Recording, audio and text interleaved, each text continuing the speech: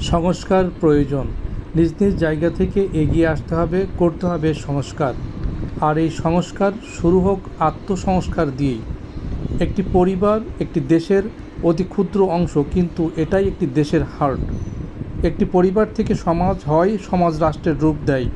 আমরা যদি আমাদের পরিধির উন্নয়ন করতে পারি, তাহলে একে একে অনেকে এই উন্নয়নের মিছিলে সামিল হবেই, আর শুরু হবে নতুন এক যাত্রার। আর সেটাই হলো প্রকৃত সমৃদ্ধির অবস্থা। ধ্বংসস্তূপে জীবন প্রতিষ্ঠা করতে হবে, আগ্নেয়গিরিতে করতে হবে বাসযোগ্য। এ সকল কাজের জন্যে এতটুকুই যথেষ্ট না, প্রয়োজনে প্রচণ্ড রকমের আত্মবিশ্বাস, পারস্পরিক সহযোগিতা, নিঃস্বার্থভাবে কাজ করার মানসিকতা এবং লোভহীন ও অহংকার মুক্ত হৃদয়। অবস্থা যাই হোক না কেন, নীতি এবং আদর্শের ক্ষেত্রে নো কম্প্রোমাইজ। এই দেশ আমাদের সবাইকে কাঁধে কাঁধ মিলিয়ে হাতে হাত রেখে এগিয়ে আসতে হবে, কাজ করতে হবে নিঃস্বার্থভাবে।